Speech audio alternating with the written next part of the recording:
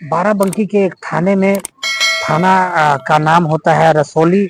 रसोली थाने में एक मिसोली थाने में एक इंद्रेश मौर्य सिपाही होता है और एक बिमलेश पाल सिपाही होती है। दोनों ड्यूटी दे रहे होते हैं। इसी बीच इंद्रेश मौर्य कहता है पास में जो मंदिर है वहां चलते हैं, घूम के आते हैं। बिमलेश पाल भी तैयार हो जाती है और मंदिर जाती है। मंदिर जाने के बाद इंद्रेश मौर्य वहां से सिंदूर उठाता है और सीधा बिमलेश पाल के मांग में सिंदूर भर देता है।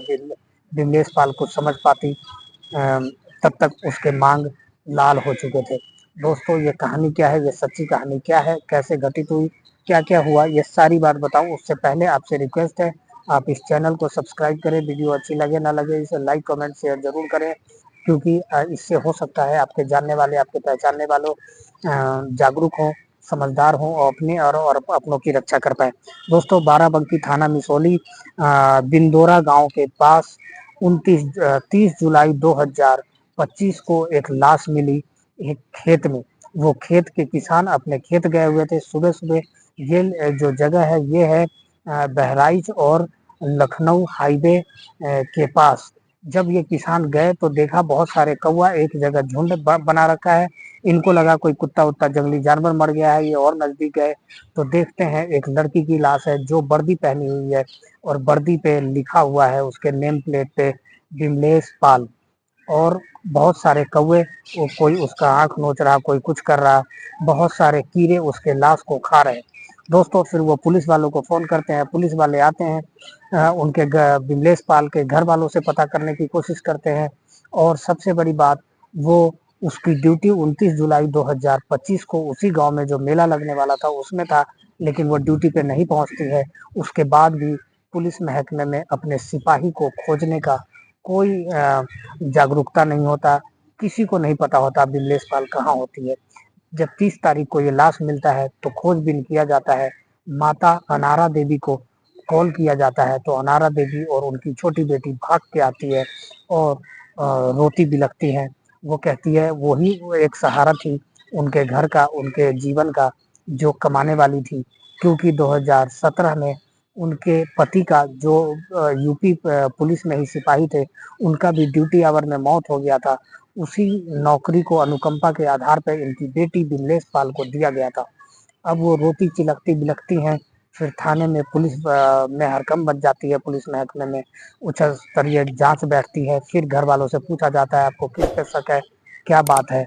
तो माँ कहती है जो एक इंद्रेश मौर्य नाम का लड़का था जो 7 साल से विमलेश पाल का रेप करता था।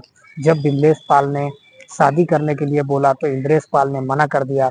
फिर विमलेश पाल ने थाने में रेप की केस लिखाई। तो फिर इंद्रेश मौर्य को ऐसा लगा जो उसकी नौकरी चली जाएगी, तो वो विमलेश पाल को बहला फुसला के एक मंदिर ले गया और मंदिर जाने के बाद वहां पे जबरदस्ती उसके मांग में सिंदूर डाल दी। क्योंकि विमलेश पाल शादी तो चाहती थी इंद्रेश मौर्य से, लेकिन पूरे रीति रिवाज और पूरे धूमधाम से शादी चाहती थी, इस तरीके से मंदिर में नहीं चाहती थी। लेकिन फिर भी अब शादी हो गई तो सारे केस इंद्रेश मौर्य के ऊपर से विमलेश पाल हटा लेती है और दोनों रहने लग जाते हैं। लेकिन जो इंद्रेश मौर्य के घर वाले होते हैं वो विमलेश पाल को कभी भी बहू नहीं मानते और ना ही इंद्रेश मौर्य उसे बीवी मानता है। बस सिर्फ उसके जिस्म को लूटता रहता है, इज्जत से खेलता रहता है। और यही बात विमलेश पाल बार बार इंद्रेश मौर्य को कहती रही, जो तुम मुझे अपने घर ले चलो, माँ बाप को समझाओ और मुझे बीवी का दर्जा दो। इसी बात से वो परेशान था और इंद्रेश मौर्य दूसरी शादी करना चाहता था। लेकिन जब तक विमलेश पाल को रास्ते से नहीं हटाता इसकी दूसरी शादी नहीं हो सकती थी। इसीलिए 29 जुलाई 2025 को जब विमलेश पाल ड्यूटी जा रही थी तो इंद्रेश मौर्य का फोन आया। इंद्रेश मौर्य भी ड्यूटी जा रहा था तो उसने विमलेश पाल को बोला थोड़ी देर रुको, आते हैं, मिलते हैं, फिर उसके बाद तुम ड्यूटी चले जाना और इधर मैं चला जाऊंगा।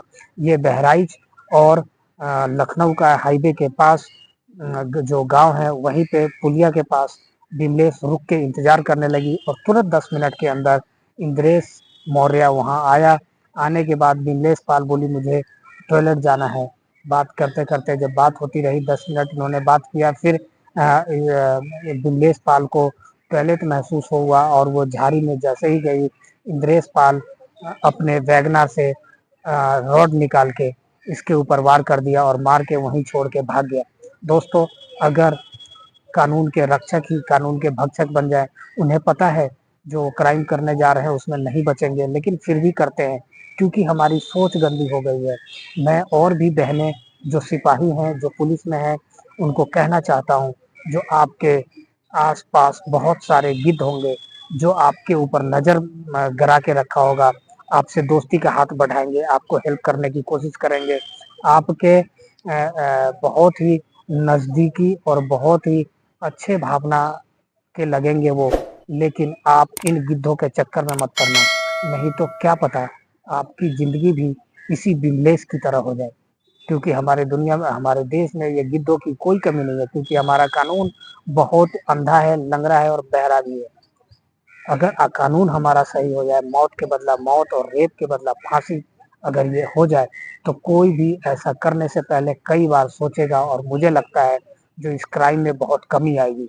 दोस्तों, आप इस बेटी को के गुनाहगार को क्या सजा मिलनी चाहिए, जरूर कमेंट में बताइएगा। और आप भी और आप अपनों को भी जागरूक करते रहिए। फिर मिलता हूं मैं दूसरे एक सच्ची कहानी के साथ। तब तक के लिए जय हिंद, जय भारत।